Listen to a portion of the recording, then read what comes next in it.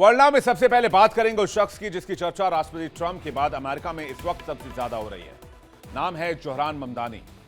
आज पूरी दुनिया की नजर अमेरिका की सबसे बड़ी आबादी वाले शहर न्यूयॉर्क पर है, जहां मेयर चुनाव के लिए वोटिंग होने वाली है। सबकी जुबान पर बस यही सवाल है कि क्या चुनाव जीतने की रेस में सबसे आगे चल रहे हैं डेमोक्रेटिक उम्मीदवार जोहरान ममदानी। क्या ममदानी इतिहास बना देंगे? इंपॉर्टेंट यह भी है कि जोहरान ममदानी भारतीय मूल के हैं और भारतीय फिल्म मेकर मीरा नायर के बेटे हैं, जिन्हें आप मॉनसून वेडिंग और द नेमसेक जैसी फिल्मों के लिए जानते हैं। मेयर चुनाव में ममदानी की जीत तय मानी जा रही है। भारतीय समय के मुताबिक 3:30 बजे दोपहर के बाद मेयर पद के लिए वोटिंग शुरू हो चुकी है। हालांकि वोटिंग के 1-2 दिन बाद शुरुआती नतीजे आते हैं, लेकिन अंतिम रिजल्ट आने में लगभग 1 हफ्ते का वक्त लग जाता है, क्योंकि मेल बैलेट्स और अनुपस्थित वोटों की गिनती बाद में होती है। ममदानी डेमोक्रेटिक पार्टी से न्यूयॉर्क सिटी में मेयर पद के उम्मीदवार हैं। अगर ममदानी जीतते हैं तो वो पिछले 100 सालों में न्यूयॉर्क के सबसे युवा पहले भारतवंशी और मुस्लिम मेयर बनेंगे। हालांकि मेयर के चुनाव को लेकर सियासी तापमान बढ़ा हुआ है। ममदानी की यह हवा अमेरिकी राष्ट्रपति डोनाल्ड ट्रंप को रास नहीं आ रही है और इसलिए ट्रंप खुली चेतावनी दे रहे हैं। ट्रंप ने चौंकाने वाला बयान देकर सनसनी मचा दी है। उन्होंने कहा है कि अगर न्यूयॉर्क की जनता जोहरान ममदानी को जिताती है वोट देकर, तो डोनाल्ड ट्रंप सरकार न्यूयॉर्क के लिए फंड को सबसे निचले स्तर पर लेकर चली जाएगी, यानी न्यूयॉर्क के फंड को कट ऑफ किया जा सकता है। ट्रंप ने अपने सोशल मीडिया प्लेटफॉर्म ट्रूथ पर क्या लिखा है, क्या वार्निंग दी है, वो आइए आपको जल्दी से दिखाते हैं। अगर जोहरान ममदानी न्यूयॉर्क सिटी के मेयर चुने जाते हैं तो न्यूयॉर्क में मैं कानूनी तौर पर जरूरी फंडिंग ही करूंगा, यानी कि वो जो न्यूनतम फंडिंग होगी उतना ही पैसा रिलीज करेंगे, उससे ज्यादा नहीं करेंगे। इसके अलावा कोई आर्थिक मदद नहीं दूंगा, ये उन्होंने कहा है। एक कम्युनिस्ट के हाथ में यह शहर बच नहीं सकता है। बहुत जबरदस्त विरोधी डोनाल्ड ट्रंप माने जाते हैं ममदानी के, और यह भी कह रहे हैं न्यूयॉर्क पूरी तरह तबाह हो जाएगा। ममदानी एक पूरी तरह से नाकाम शख्स हैं। उनकी सोच 1000 साल से विफल साबित हुई है। अगर जीते तो न्यूयॉर्क पूरी तरह आर्थिक और सामाजिक आपदा बनेगा। मैं राष्ट्रपति के रूप में बुरे के पास अच्छा पैसा नहीं भेजना चाहता हूं, क्योंकि राष्ट्र को चलाना मेरा दायित्व है और देश का पैसा गलत हाथों में नहीं दिया जा सकता है। ये शब्द हैं डोनाल्ड ट्रंप के। ट्रंप लंबे समय से ममदानी के भयंकर विरोधी रहे हैं, आलोचक रहे हैं। जून में जब अमेरिकी मुस्लिम नेता ममदानी ने मेयर पद की प्राइमरी रेस जीती थी, तब से ही डोनाल्ड ट्रंप लगातार हमलावर रहे हैं जोहरान ममदानी पर। इस बार उन्होंने फिर से ममदानी को घेरा है। ट्रंप खुलेआम धमकी दे रहे हैं। ट्रंप ने कहा कि कम्युनिस्ट के सत्ता में रहते हुए केवल बदतर हो सकता है। ट्रंप ने न सिर्फ ममदानी को निशाना बनाया, बल्कि मतदाताओं से एंड्रयू कुओमो को वोट देने की भी अपील की है। ट्रंप ने कुओमो के समर्थन में कहा, चाहे आपको एंड्रयू कुओमो व्यक्तिगत तौर पर पसंद हो या ना हो, आपके पास कोई चॉइस नहीं है। आपको अपना वोट कुओमो को देना होगा और उम्मीद करनी होगी कि वो शानदार काम करें। वो इसके काबिल हैं, लेकिन ममदानी मेयर पद के काबिल नहीं। ट्रंप ने ममदानी के सिद्धांतों पर तंज कसते हुए कहा कि उनके सिद्धांतों की परीक्षा 1000 सालों से हो रही है, यानी वो लेफ्ट सिद्धांतों की बात कर रहे हैं और वो कह रहे हैं कि सिद्धांत कभी सफल नहीं हुए। मैं एक ऐसे डेमोक्रेट को जीतते देखना पसंद करूंगा जिसके पास सफलता का रिकॉर्ड हो, बजाय उसके जिसके पास अनुभव ही ना हो।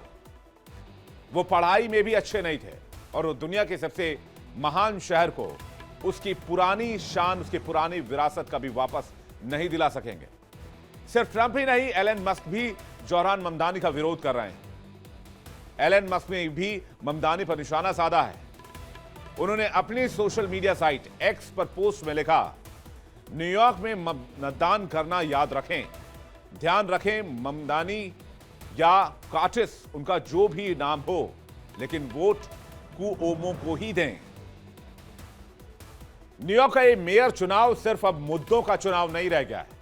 ये नाक का सवाल बन चुका है, साख का सवाल बन चुका है। यह अमेरिकी राजनीति में विचारधाराओं की एक बड़ी जंग बन चुका है।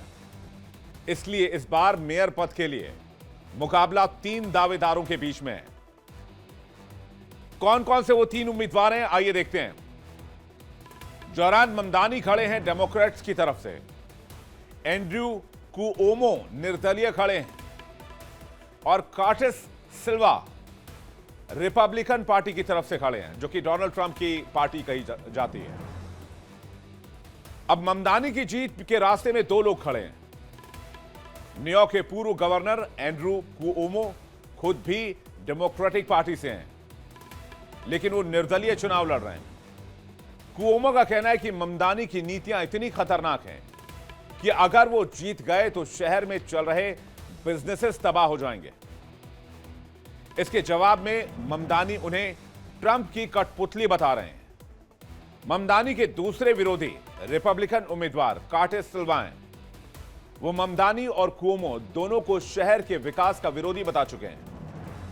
पिछले महीने हुई डिबेट में सिल्वा ने दोनों पर तंज कसा। कहा, जोहरान तुम्हारा रिज्यूमे एक नैपकिन में समा जाएगा और एंड्रयू तुम्हारी नाकामियां इतनी हैं कि पूरी लाइब्रेरी भर जाएगी।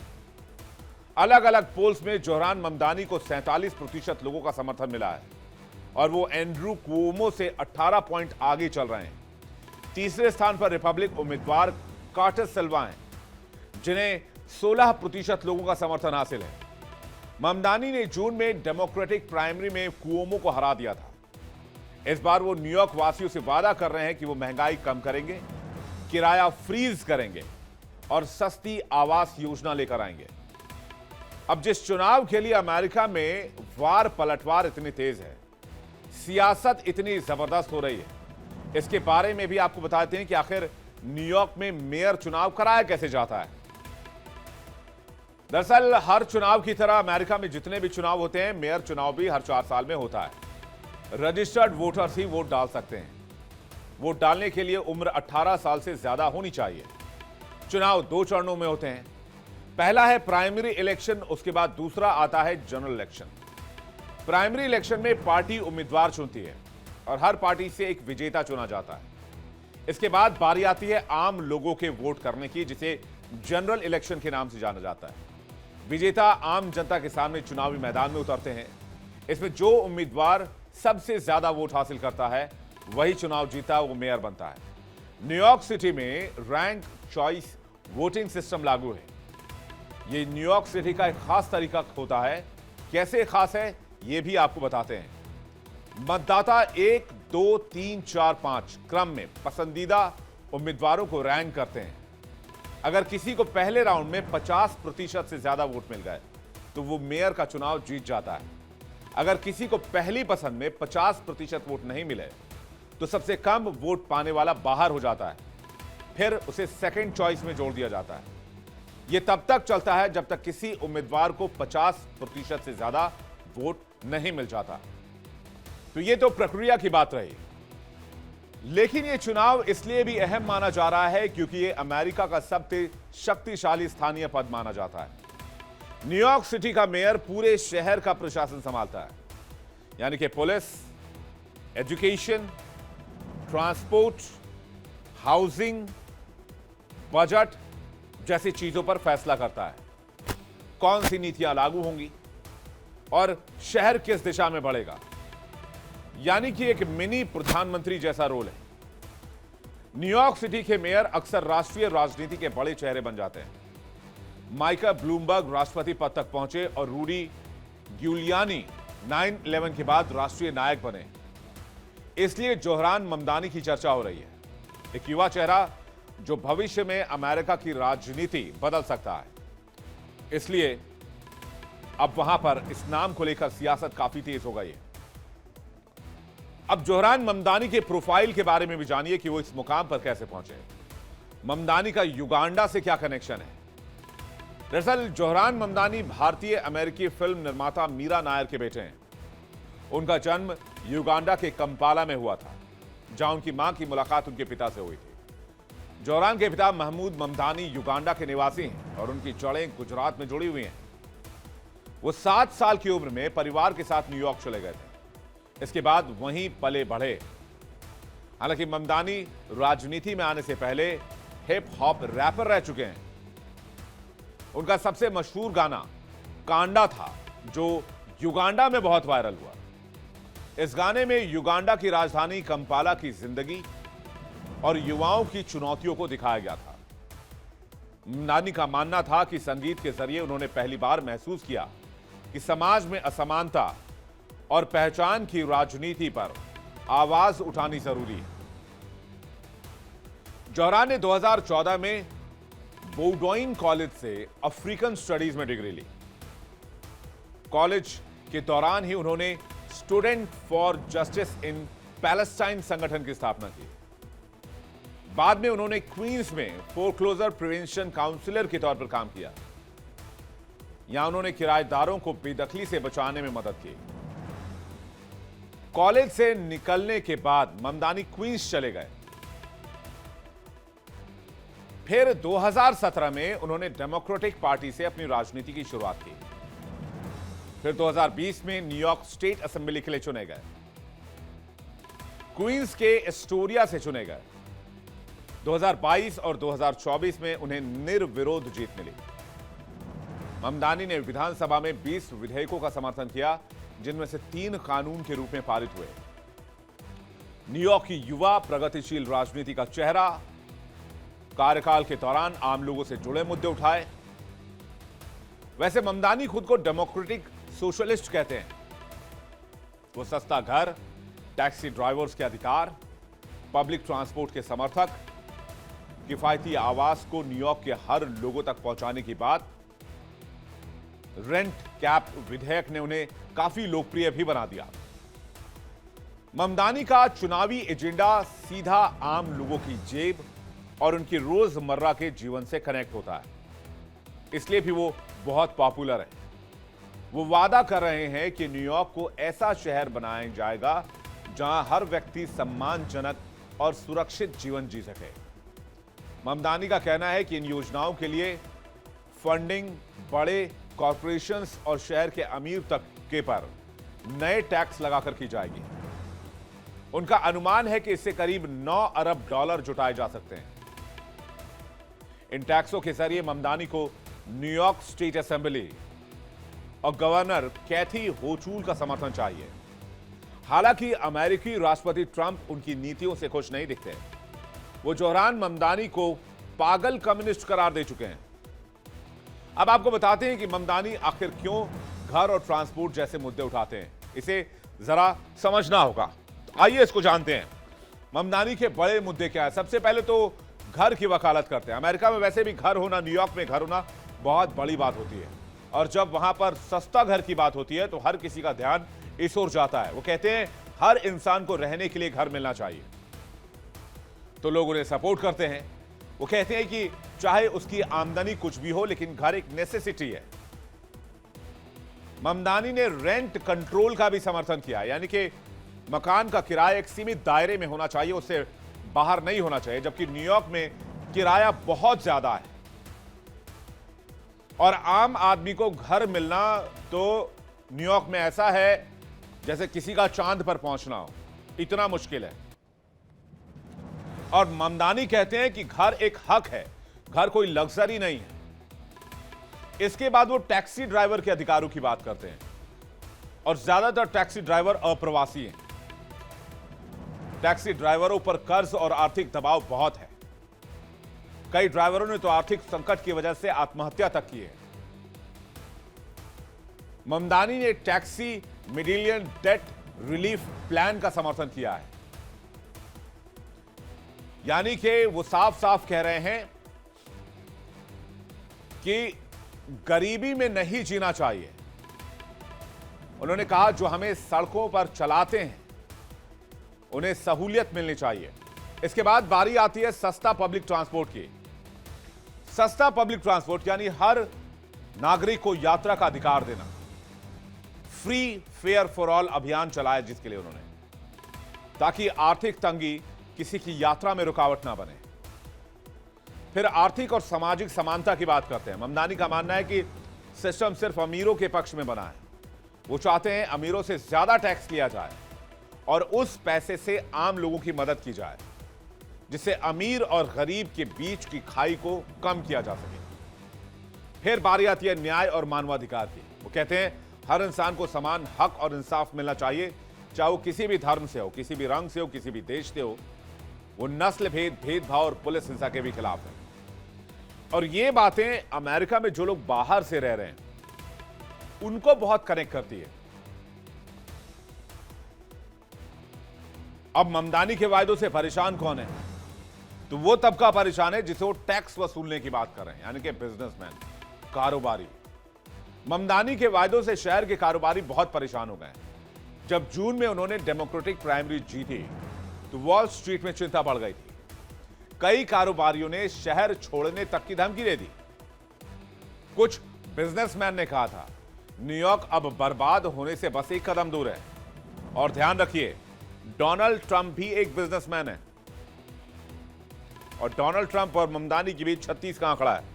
और जितने भी बिजनेसमैन है वो ममदानी को देखना नहीं चाहते हैं, जबकि ममदानी खुद को डेमोक्रेटिक सोशलिस्ट कहते हैं, यानी वो कॉर्पोरेट्स के बजाय आम लोगों के पक्ष में नीतियां बननी चाहिए, इसके पक्षधर हैं। लेकिन ममदानी के कुछ बयान ऐसे भी रहे हैं जो बहुत विवादित रहे हैं, जो उन्हें सुर्खियों में लेकर आते हैं। पिछले 6 महीने में जोहरान ने कुछ ऐसे बयान दिए जो अमेरिका में खूब सुर्खियां बटोरते रहे। मुस्लिम पहचान, भेदभाव पर जोहरान ने न्यूयॉर्क में एक सभा में अपनी चाची के अनुभव का जिक्र किया था, जिसमें उन्होंने कहा कि 9/11 के बाद मेट्रो नहीं ली क्योंकि वो हिजाब पहनने के कारण असहज थी। उन्होंने कहा कि मुसलमानों को न्यूयॉर्क में लंबे समय से अपमान झेलना पड़ा है। इसके साथ ही उन्होंने कहा कि अरबपति जैसी कोई चीज नहीं होनी चाहिए। दुनिया में इतनी असमानता है, यहां किसी के पास भी इतना पैसा नहीं होना चाहिए। तो वहीं अमेरिका इजराइल की दोस्ती पर भी ममदानी ने निशाना साधा था और कहा था कि अमेरिका को इजराइल को सैन्य सहायता तुरंत बंद कर देना चाहिए जब तक वो गाजा और वेस्ट बैंक की नाकेबंदी और कब्जे को जारी रखें। ममदानी फिलिस्तीन के समर्थक भी माने जाते हैं और इन टिप्पणियों ने इस चुनाव को खासा गरमा दिया है। शिया मुस्लिम समुदाय से आने वाले ममदानी ने गाजा में इजराइल की सैन्य कार्रवाई को नरसंहार बताया था और इजराइल को एक समान अधिकारों वाला राज्य बनाने के लिए कहा था, यानी कि उतने ही पावर फिलिस्तीन के पास होने चाहिए। जोहरान के अलावा अगर हम बात करें एंड्रू कुओमो की, तो वो भी अमेरिकी राजनीति का एक बड़ा नाम है। और कार्टिस, जो कि न्यूयॉर्क में बहुत फेमस है। मेयर पद की रेस में कौन कौन से नाम हैं? एंड्रू कुओमो के बारे में सबसे पहले जानते हैं। न्यूयॉर्क राज्य के पूर्व गवर्नर रह चुके हैं एंड्रू कुओमो। 3 बार लगातार गवर्नर बने। स्वास्थ्य सेवा और LGBTQ अधिकारों पर उन्होंने कई कदम उठाए। कोविड-19 महामारी के दौरान कई सख्त कदम उठाए। हेल्थ पॉलिसी के लिए राष्ट्रीय स्तर पर हेडलाइंस बटोरी। 2021 में यौन उत्पीड़न के आरोपों के चलते उन्हें इस्तीफा देना पड़ा।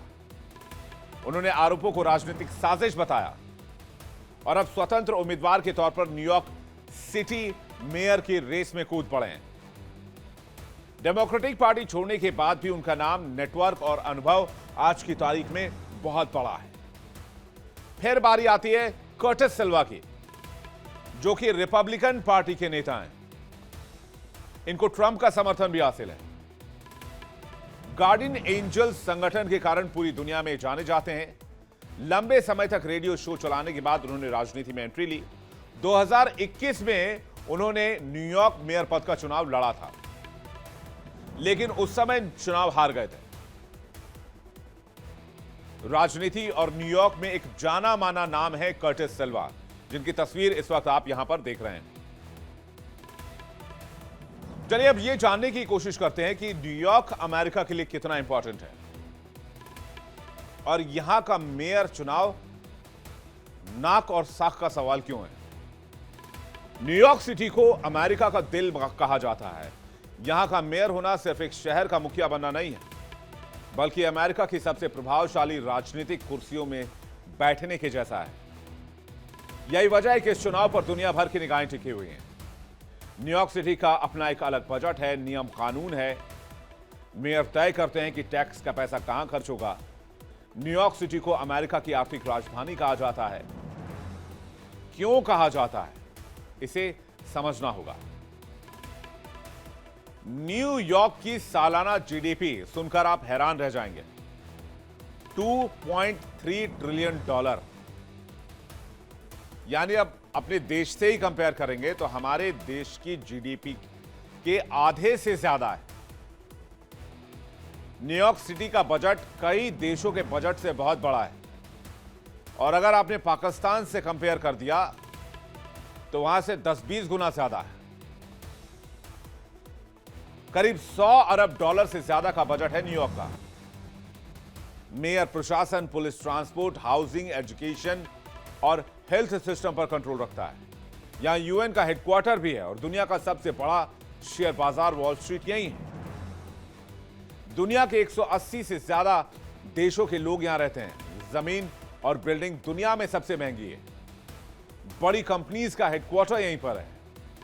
अमेरिका की राष्ट्रीय अर्थव्यवस्था का एक बड़ा हिस्सा है। न्यूयॉर्क सिर्फ एक शहर नहीं बल्कि एक देश की तरह ऑपरेट करता है। यह अमेरिका की आत्मा, अर्थव्यवस्था और अंतर्राष्ट्रीय पहचान का प्रतीक है। न्यूयॉर्क शहर को 400 साल पहले डचों ने बसाया था और यहां 1834 से मेयर चुनाव चले आ रहे हैं और यह सिस्टम जारी है। मेयर के फैसले सिर्फ शहर नहीं बल्कि अंतर्राष्ट्रीय स्तर पर असर डालते हैं। जो नेता न्यूयॉर्क को संभाल सकता है उसे राष्ट्रपति पद के लिए भी संभावित चेहरा माना जाता है। न्यूयॉर्क में लिए गए फैसले पूरी अमेरिकी अर्थव्यवस्था को प्रभावित करते हैं। किसी भी अंतर्राष्ट्रीय घटना या कूटनीतिक विवाद का असर न्यूयॉर्क तक आता है। लेकिन देखने वाली बात यह होगी, क्या ममदानी इतिहास रचेंगे या न्यूयॉर्क की जनता डोनाल्ड ट्रंप की बात मानेगी और नतीजे कुछ और होंगे। इसके बारे में हम आपको अपडेट करेंगे और एक एक जानकारी आप तक पहुंचाएंगे।